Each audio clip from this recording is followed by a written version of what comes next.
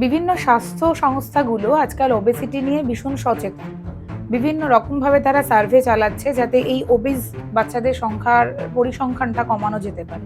তো আরো কি কি করা যেতে পারে যাতে এই ওবেসিটিটা ভয়ঙ্কর আকার না নেয়? হ্যাঁ, এটা তুমি ঠিকই বলেছো। হয়তো যতটা আমরা পরিসংখ্যান পাচ্ছি, পরিসংখ্যান নিচ্ছি, ততটা মোটিভেশনাল ভিডিও বা মোটিভেশনাল স্পিচ এইগুলোকে প্রমোট করছি না। একদম।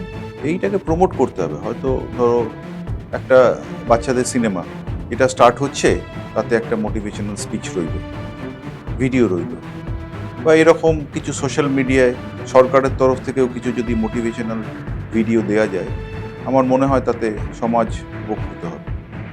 রিসেন্টলি একটি পেপারে দেখলাম আইএনকে একটি পেডিয়াট্রিক ওবেসিটি সেন্টার ওপেন করেছে।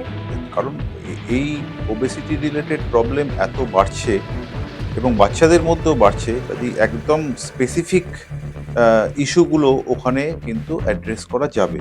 কাজেই এরকম আচ্ছা। সেন্টার ওপেন করা দরকার। আচ্ছা। আর এটা পোস্ট প্যান্ডামিকে বোধহয় বেশি বেড়েছে ব্যাপারটা। বাড়িতে থেকে কি করে বিভিন্ন গ্যাজেটগুলোকে ইউজ করা যায়, সেগুলোয় অনেক বেশি। ধরো তুমি, আমি বলছি, হ্যাঁ। আমরা কি জুমে এতটা হ্যাবিচুয়েটেড ছিলাম? একদমই না। ছিলাম না। না। কিন্তু আমি কিছুটা মেডিকেল টিচিংয়ে আছি। আমি কিন্তু তখন শিখলাম কি করে আমার স্টুডেন্টদের একটু হলেও পড়াতে পারি, জুমে পড়াতে পারি। একদম।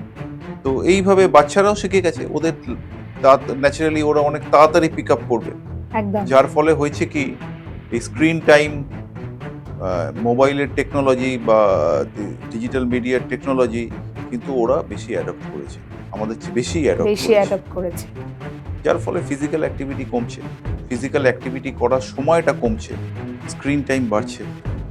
এবং এর প্রত্যেকটারই ব্যাড এফেক্ট বলতে পারো, সাইড এফেক্ট বলতে পারো, ওবেসিটি। ওবেসিটি।